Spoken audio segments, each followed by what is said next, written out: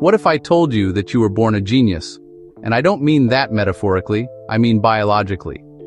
In the 1960s, NASA commissioned a study to find the most creative, innovative engineers on the planet. They hired a specialist named Dr. George Land to design a test.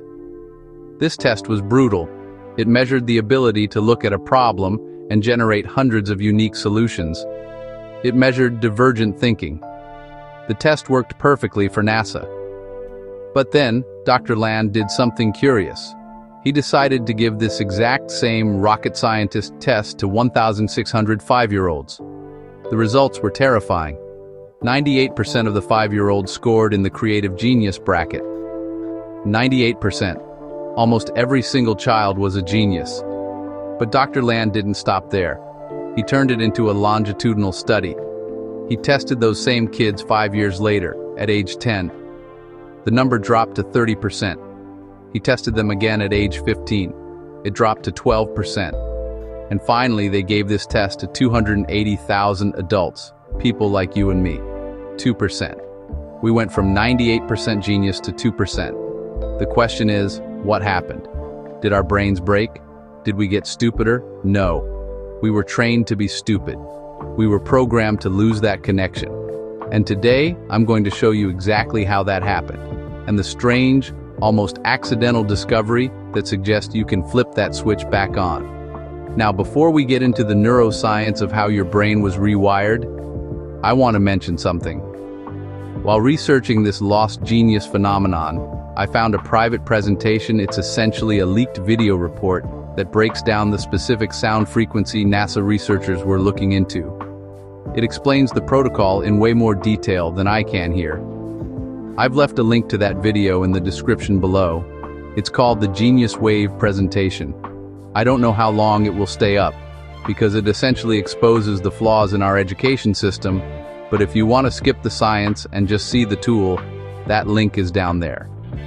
But I'd recommend you keep watching, because if you don't understand why you're stuck, the solution won't make sense. So, how did we lose the 98%? It comes down to electricity.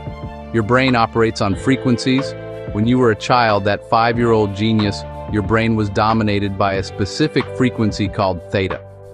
Theta is the frequency of imagination, deep learning, and intuition. It's why a kid can stare at a cardboard box and see a spaceship. They aren't trying. Their brain is just physically vibrating at a different speed. But then, you went to school.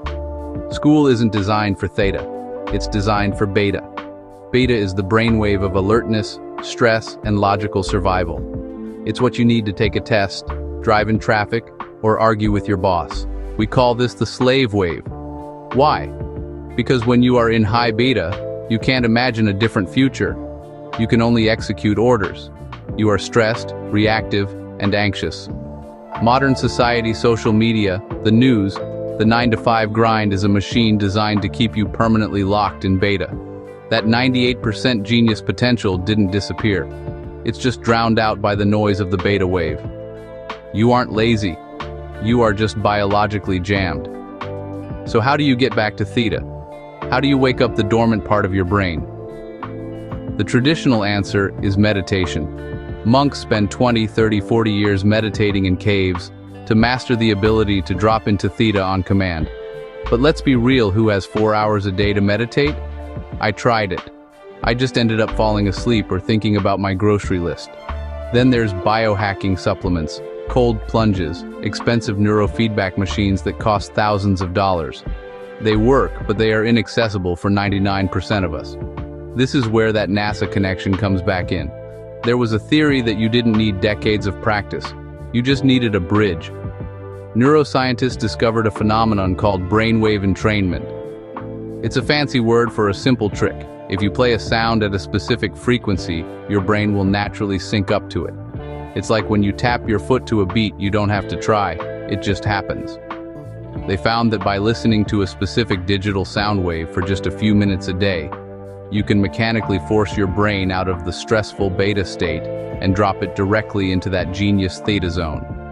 No meditating, no effort. You just put on headphones, listen, and the sound does the work for you. Think about what that means. it means the 98% creative potential isn't gone. It's just a switch that got turned off. And this sound is the finger that flicks it back on. Now you can't just listen to any sound.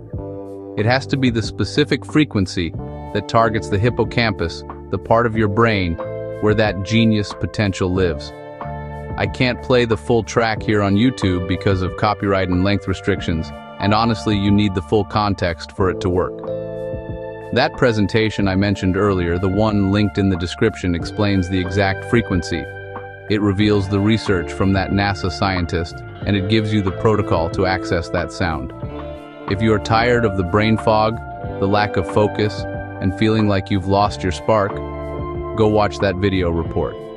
It might be the most important 5 minutes of your year. The link is right there at the top of the description. Click it, watch the evidence, and see if you can wake up that 98%. Thanks for watching.